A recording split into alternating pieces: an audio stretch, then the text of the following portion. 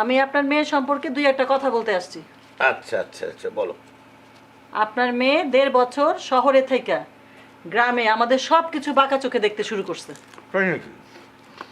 ভালোই তো, মেয়ে আমার শিক্ষিত হয়েছে, শহরে থাকে, আধুনিক হইতেছে, মডার্ন মডার্ন। আপনি এসব কি বলতেছেন? যা বলতেছি ঠিক বলছো, মানে ঠিকটা ভালো আছে।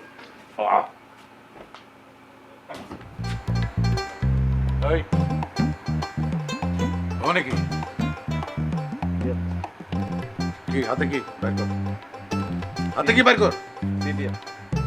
চিঠি তোরা কে দিছে? জামান ভাই। জামান ভাই দিছে, তুই আনতে গেলি কেন চিঠি?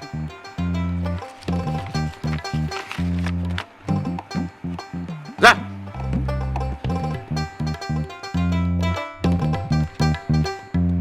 ফটকা জামান, তোমারই একদিন কি আমারই একদিন।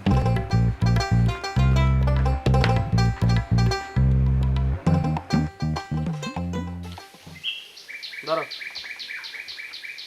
আসো না, তোমরা এখন যাও, আমি বিকালবেলা আমো না, যাও।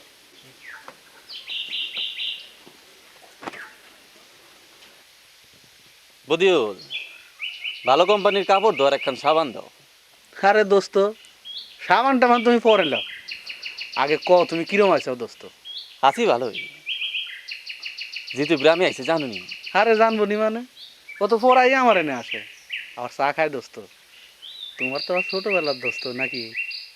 তুমি দেখছো ওই একবারের জন্য বদলায় নাই, তাই না? হ, মাঠে বইসা আমার লগে কত ছোটবেলার গল্প করলো। হ্যাঁ, আমার এনেও আসে। আচ্ছা দোস্ত, ও কি এনেই থাকবো? মনে হয় না, শহরের মানুষ এত কষ্ট করে কেমনে থাকবো গ্রামে। তো অবশ্য ঠিকই হয়েছে দোস্ত। আমি যাই তাইলে। যাইবা? হ্যাঁ। চা খাওয়া যাও। না, বিকালে খাবো নে, দাও সাবানটা দাও। আস যাই, হ্যাঁ। আপনি কেন বুঝতে চাইছেন না যে দাদু ঠিক মতো কথা বলতে পারেন না? সরি,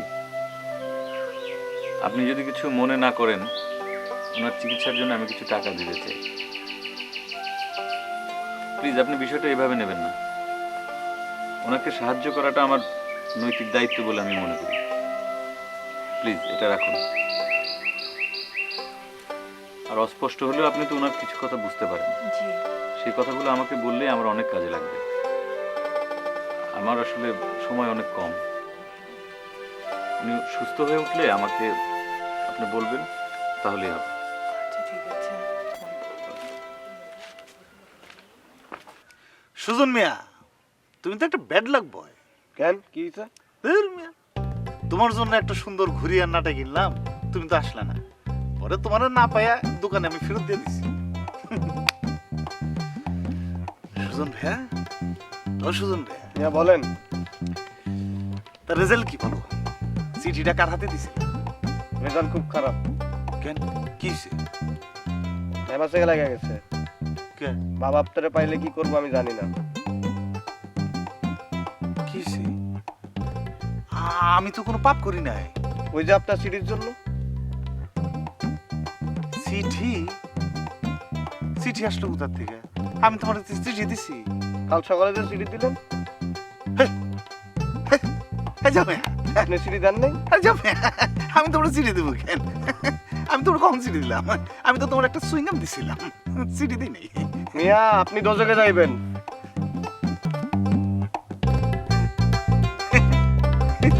তার আগে তো আমি চিঠি লেখা ছেড়ে দিব।